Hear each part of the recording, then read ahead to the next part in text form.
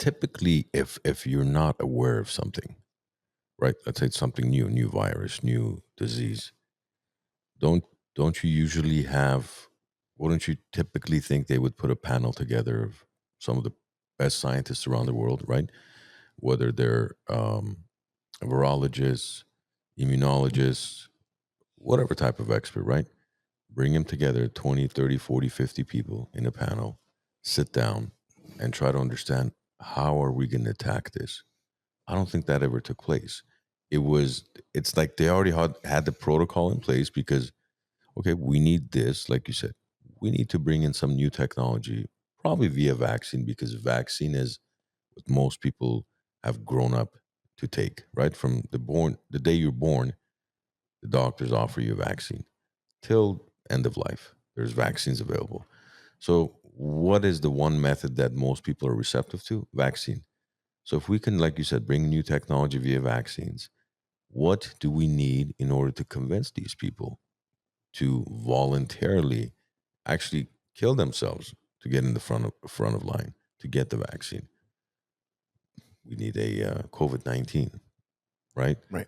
We need And something to scare them into doing it. exactly. They've Uh, been trying to get people to, the smallpox vaccine. The reason why the smallpox vaccine took forever for people to kind of accept it is because of all the complications that were being exposed on it. Even when you didn't have any, I mean, even in the late 1700s, you didn't even have newspapers. It's just word of mouth. Okay, so nobody agreed with any vaccines. Nobody agreed with anything.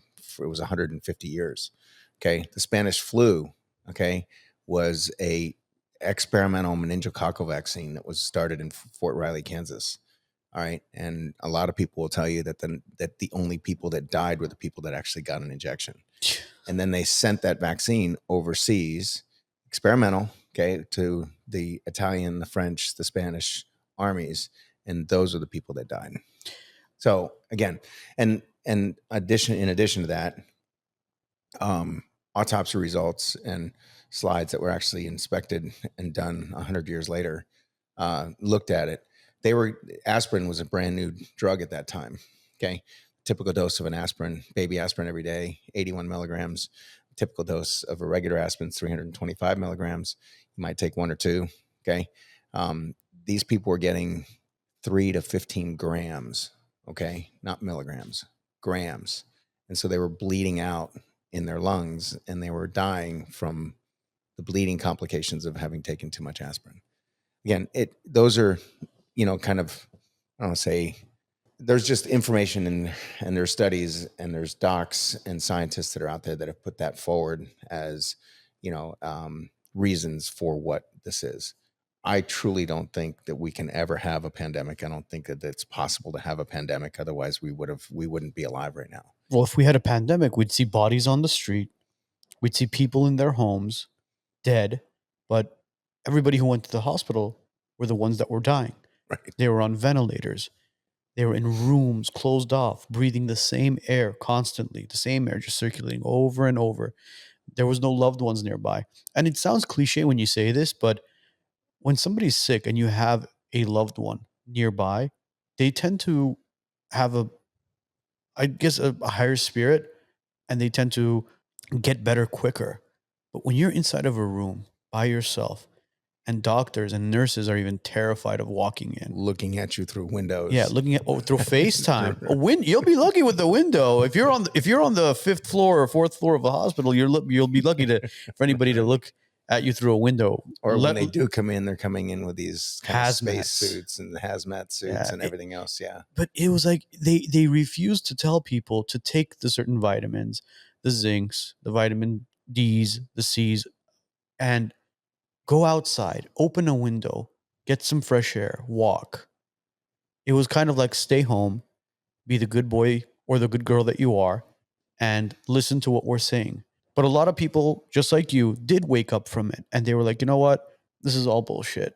I think we'll get over this. So another fear tactic that they had was the vaccines. And now people turned around and said, well, you know what? I'm not going to get vaccinated. I don't think I need it. I've got the antibodies in myself already. I survived COVID. Well, then the government turns around and says, all right, so time for plan B. Over 100,000 Americans were forced to get the vaccine in order to go to work, Oh, in order to these- fly in a plane, in order to go to the ball game, in order to do anything in society. You had to sit down at a restaurant. Could you imagine you had to walk into a restaurant, you had to say, welcome, reservation for 2. Fantastic. Can I see your vaccine card, please? So and I'll tell you that's the only federal law that was broken. Okay, was to force companies. So on both sides, the only federal law that was broken in all of this was to ask people what their private medical history is, and and the second thing is to require them to disclose that to you. it's this thing called HIPAA, Okay. right? Correct. Did you enjoy that clip?